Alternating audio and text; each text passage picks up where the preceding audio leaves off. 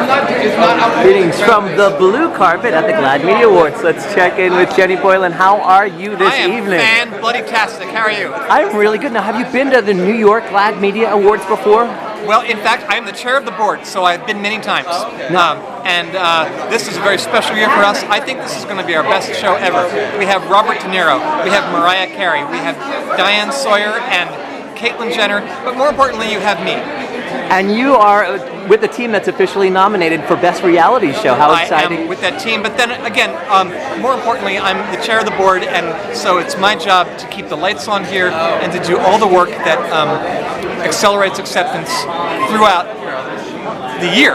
And we have a fabulous staff, including our CEO, Sarah Kate Ellis, and it's my job to keep her on her toes, and it's her job to keep me on mine. Now, Jenny, if we could drop the word work, what's the most fun part of bringing acceptance and equality and the information forward that's not work, but does the same amount of quality effort in expanding our society? Well, I don't know if it's fun, but there's certainly joy in the work. Look, when I came out as transgender 15 years ago, it was like I'd made the whole thing up. I had to explain to people what it meant. Somebody wanted to know, well, wait, does that really mean you're like super gay? In fact, no, I'm not. Well, maybe I am super gay. Maybe that's what it is. But now, transgender identities are all around the media. Now, my son can bring a transgender friend home for Thanksgiving and not even tell me because it's not a big thing. People are free to live the lives that they love in this country now. We can live, increasingly, our lives with joy and acceptance and to be seen as one more way of being human. And that's very joyful work, and that inspires me, and I'm very glad to do it. Now, Jenny, who would you like to give credit to before us, the pioneers that led the way for this equality to happen for transgendered Americans and folks around the world, because they look at us and we are sort of the expansion of other societies, even if we don't live there. So who would you like to give credit to? There are a lot of people that we should shout out to, including Sylvia Rivera, but the person I'll shout out to is Oscar Wilde. Oscar Wilde, who lived an openly gay life at a time when you can, and he did go to prison for it. Yes. Numerous times. Oscar Wilde, who said, "Be yourself.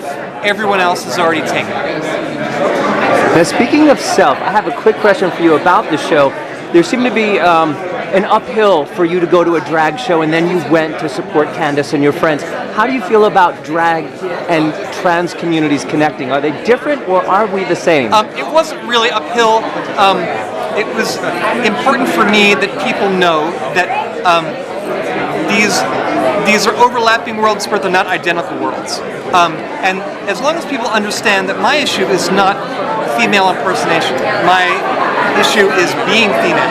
If people understand that there's a difference between that, then I think we can all get along just fine.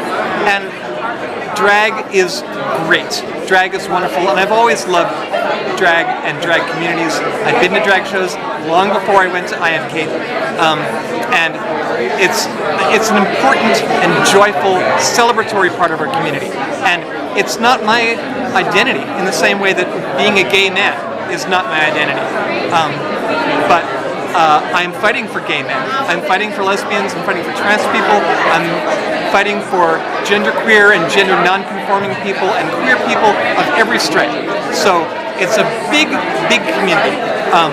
I occupy my own identity as one tiny little person, but we are all in a much bigger fight, and that's the fight for equal protection under the law, and to live the lives that we love, and to have fun on a night like tonight. Jenny, last two questions. First, is there anything I didn't ask you that you'd like to talk about? And the last real question is, where would you like to see equality in the future? What do we still need to be advantageously trying to change? And also anything that I didn't ask you that you'd like to talk about? Oh, I'll just cut it short.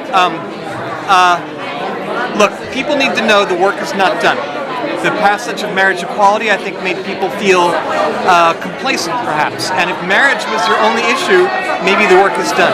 But now that we've achieved this, I think there's a lot of blowback. The transgender community is kind of having its Prop 8 moment, where we've made so much progress that now people are pushing back.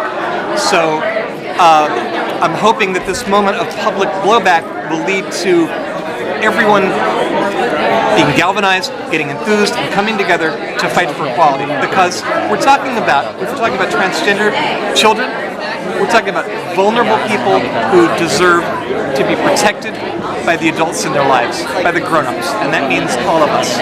So we need to know that the fight for acceptance is still going on. As the historian Barbara, it wasn't Barbara Stockman, I'm forgetting her name, but she said of the Civil War was won by the North, but in some ways it's still not over. We're still fighting for equality in this country for all different kinds of people, and because the Civil War is still going on, it can still be lost. So we can win it with love and kindness. Thank you. I love you. Thank you, Jenny, for your time. Happy Media Awards.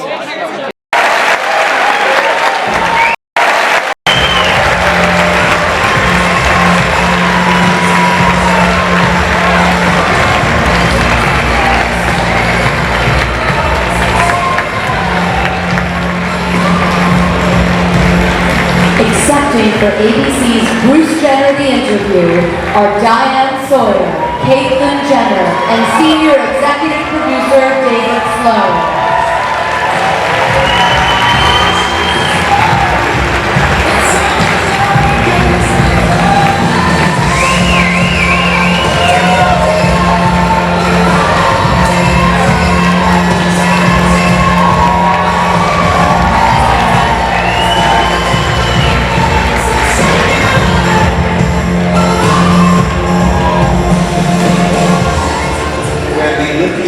Bruce Jenner invited Diane Sawyer into his living room a year ago. It was a conversation of a lifetime, and 21 million television viewers began to watch a civil rights movement just broke right. This brave heart began to touch the hearts, minds, souls of a country that is at best completely confounded by what it is to be transgender, but at worst, completely, fiercely unwilling to grant basic rights and privileges. It was thrilling to watch Caitlyn take her place beside so many people who have fought over the decades, and we are so grateful to have this story on ABC and letting us tell this astonishing life story. Thank you.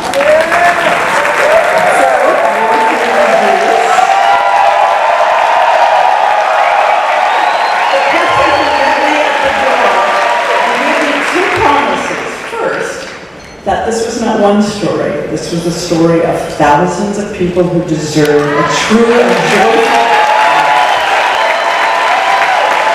And the second promise, if you remember, was if I'd stay for dinner, I would not be the tallest girl in the room.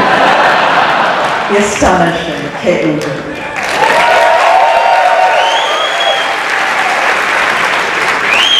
One. Thank you, Diane. Ketel Jenner in the house tonight. I love this. So much fun. First of all, I had been trashed in the tabloids for years. I had paparazzis following me everywhere I went. The life was really horrible. When I decided, after many conversations with my family, with God, about what I should do with my life, I called up my good buddy Newell, who was my PR guy many years ago, and I had told him my story 25, 30 years earlier, and he never said a word to anybody. He's a good, trustworthy person. And I said, how can we do this in a way that we can elevate not just me, but this community? Our community does not deserve to be down here, trashed, mocked in the tabloids. Our community deserves to be up here, done right. We are here. We are people. We are human beings. In deciding to do this, we met with Mark, who should be up here, but he won't go. He's so shy. We went with Mark, Diane's producer, and we said, how can we do this?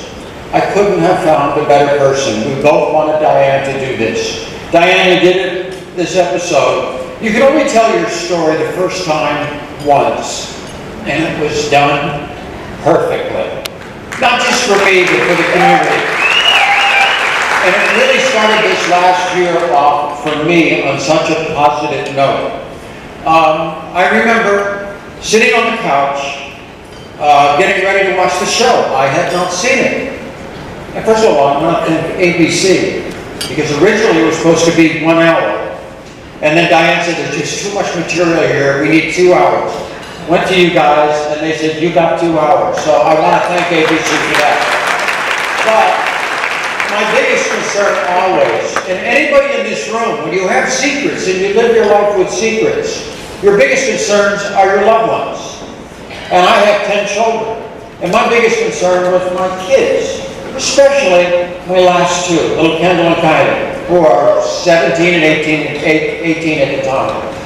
And I remember sitting down on the couch. I had Kendall on this side, Kylie on this side, Kendall on this side, and the show was getting ready to go. Okay, we're doing this. How's it going to turn out? Within minutes after the show started, social media started to go crazy. Okay, celebrities, I think it was Lady Gaga was the first one, within 15 minutes of the show, with these positive comments, and the list went on and on and on. And of course, I do live in the most social media family in the world, by far. And I got Courtney, Kimberly, Chloe, Kendall, Kylie, everybody's there on the couch, and we can reach about 250 million people, and they hung on their little phones going, oh my God, look at this comment, look at this comment. The show was done in such a compassionate way.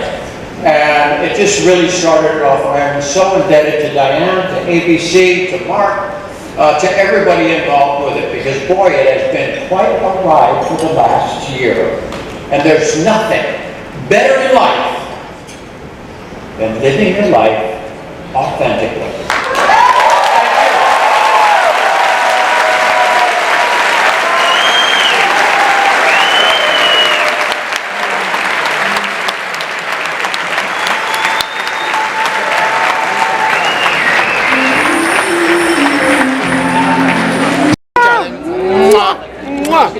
Good to see you too. You got it. I got it. Laverne? Break up that.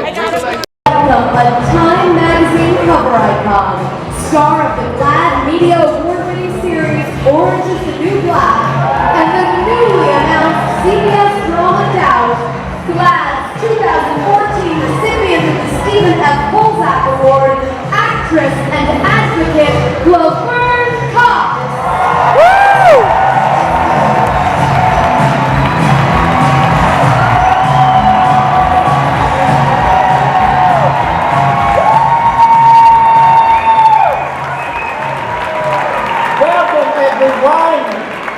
Welcome everyone to the 27th Annual GLAAD Media Awards. How are you feeling tonight? New York City, how are you feeling tonight? Can you please make a little bit more noise for the amazingly awesome Alex Newell?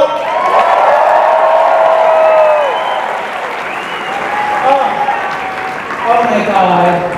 I love this show. It is truly one of a kind. There are way more black people here than the Oscars.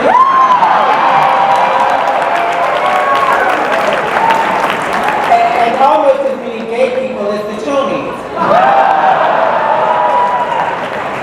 But really, being here is really important to me tonight, because what some of you may not know is that GLAAD has been there for me every step of the way throughout my career. Thanks in part to GLAAD's fight for equality and acceptance, I became the first person in the transgender community to get a Primetime Emmy nomination in an acting category.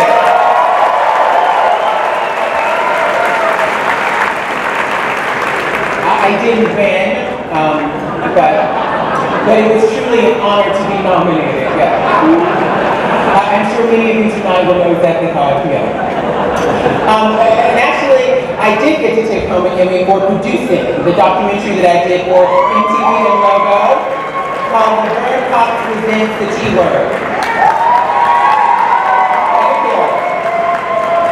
It was a daytime Emmy, but I heard that still counts. And this year, I became the first trans person to have a wax figure of herself at Madame Tussauds.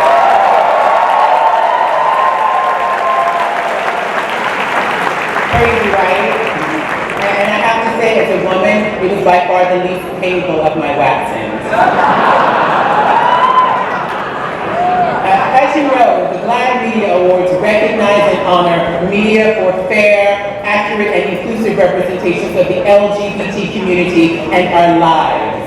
And looking back, there are so many highlights from this past year, so many moments that matter and deserve to be in the spotlight. Well, one of my favorites had to be the GLAAD Award-winning episode of Super Soul Sunday, when author Janet Mock provided the legendary Oprah Winfrey with aha moment after aha moment. It was everything. Yes, country music is changing. Yes, it is. CMA Fest featured GLAAD's groundbreaking LGBT concert. And, yes, and Will came out on ABC's Nashville. Yes. And speaking of Nashville, Connie Britton's hair is here tonight.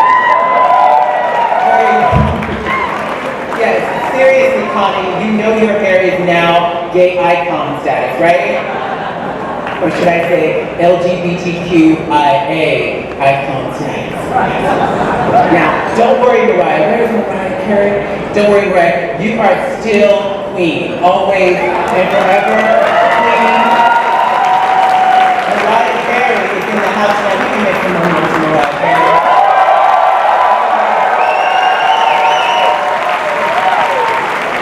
Mariah, you got me feeling emotions deeper than I've ever dreamed of. And Mazel Tov on your engagement to the lovely Jenny Boylan. Yes.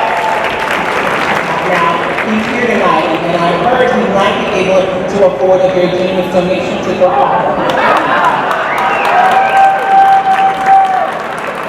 Everyone, tonight, Mariah is receiving GLAAD's Ally Award, and it's so well deserved. And let's also give it up for the recipient of GLAAD's Excellence in Media Award, the legendary Robert De Niro.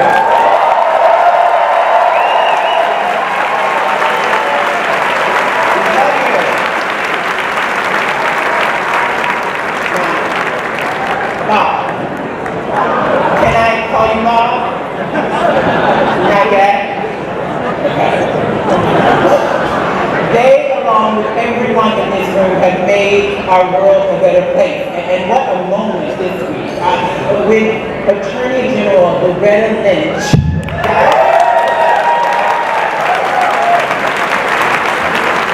Attorney General Laverne Cox announced a countersuit against the state of North Carolina.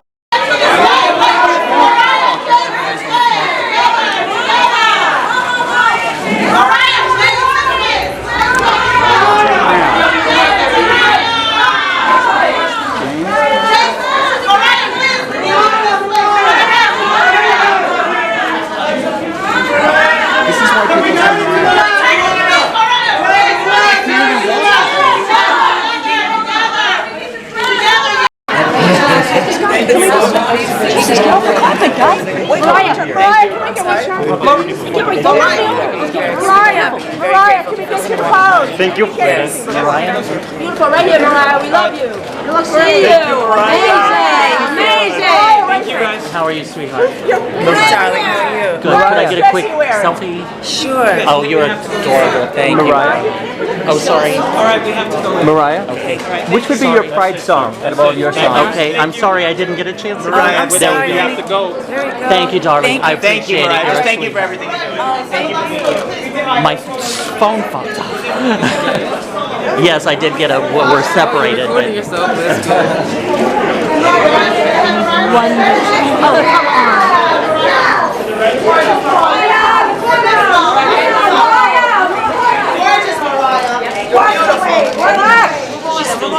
You are so beautiful, Mariah. Hey, see you. Love you. Yes. You're the best, Mariah. Thank you. All the best. Mariah Carey at the GLAAD Media Awards. You can YouTube it, it's pretty funny. We were a little inebriated, and it was my fault, Mariah. It was all my fault.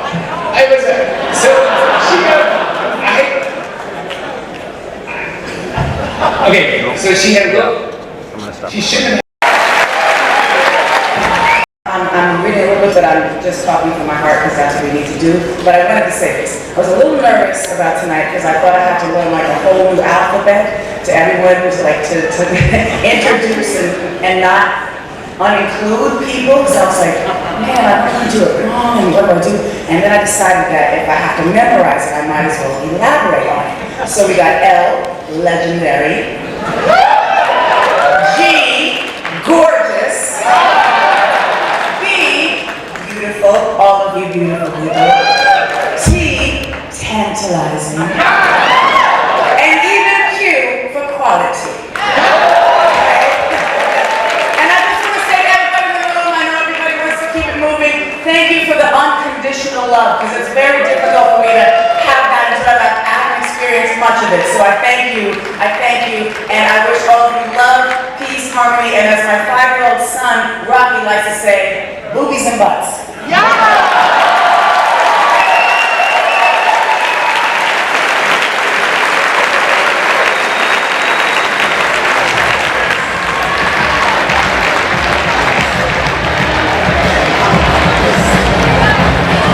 Please welcome smart lady. I can't miss my opportunity to do a selfie with the legendary Mariah Carey for Snapchat.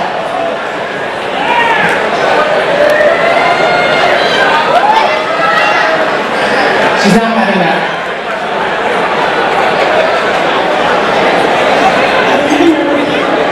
I'm in the shadow, but Mariah is lovely. You want to take it again, Mariah? Do you want to take it one more time? It's gotta be right, Mariah. The film very short as well. Give Mariah's good side.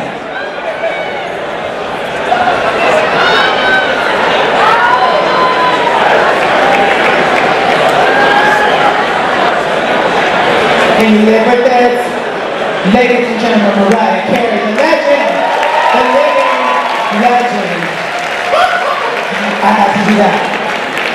Last year, everyone, a Broadway musical that told a story important to the LGBT community was a breakout hit and a major award winner. As many of you may know, Bob was deeply touched by his father, a wildly talented abstract expressionist painter, the late Robert De Niro Sr., whose namesake Bob carries with him in his life and with his own artistry. Robert De Niro Sr. was a gay man who struggled with self-acceptance at a time when organizations like GLAAD were not around. After his death, Bob felt it was his responsibility to commemorate his father's legacy as an artist in an inspiring documentary. In the HBO documentary, Remembering the Artist, Robert De Niro Sr.,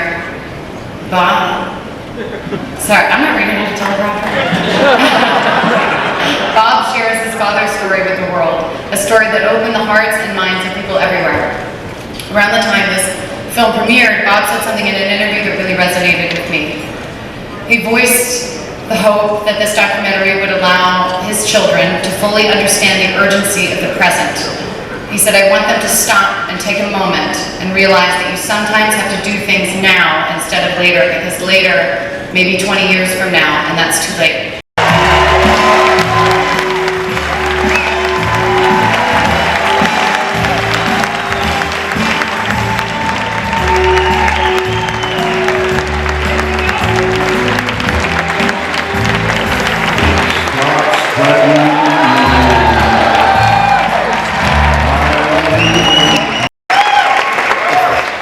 If I were a lesbian, I'd be all over you. Being a father figure has its limitations. Jennifer Lawrence is not only a great actress, she's also a generous and devoted philanthropist. She's passionately committed to causes supporting human rights, including the one that brings us together tonight. She's a good friend and a respectful, loving friend. She didn't hesitate to be here tonight for me and for GLAAD after I threatened her.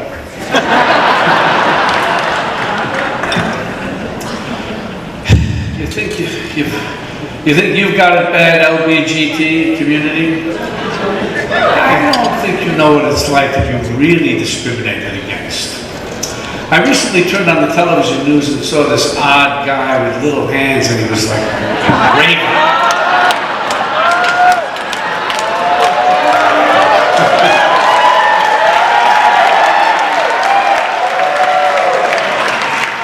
Turns out that the ones being discriminated against are straight, middle-aged white men.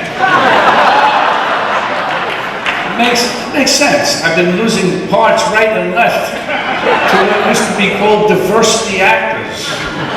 Michael B. Jordan, John Boyega, Nathan Lane, Jennifer Lawrence. And what that really hurts is seeing the role of Dr. Dre in Straight Outta Compton going to Corey Hawkins. And I can't remember the last time I got a Teen Choice Award. And who knows how many Nobels I might have opened if I weren't the victim of systemic prejudice. You should only know, it's not easy being a straight white man. But if you have to be, it's better when you're in the arts or media or entertainment. We live in a bit of a bubble, a landscape that celebrates diversity and is, except on the wild fringes, accepting and non-judgmental. As an actor, I don't judge the characters I play. As a person, I don't judge the characters I play with.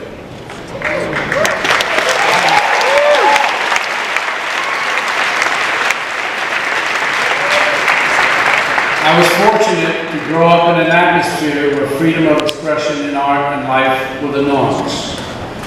And now we have to look outside our bubble to the world where, because of religious beliefs or ignorance or mean-spiritedness, it's not so easy. It's been quite a year.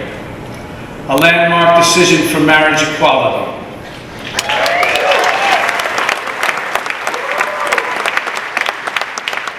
But also new repressive laws like the ones in North Carolina that let us know the struggle continues. It challenges us to be vigilant and aggressive in protecting all our rights. I'm happy to be part of a community that is so active in this quest. Thank you for this honor. I'm proud to stand with you. I'm glad.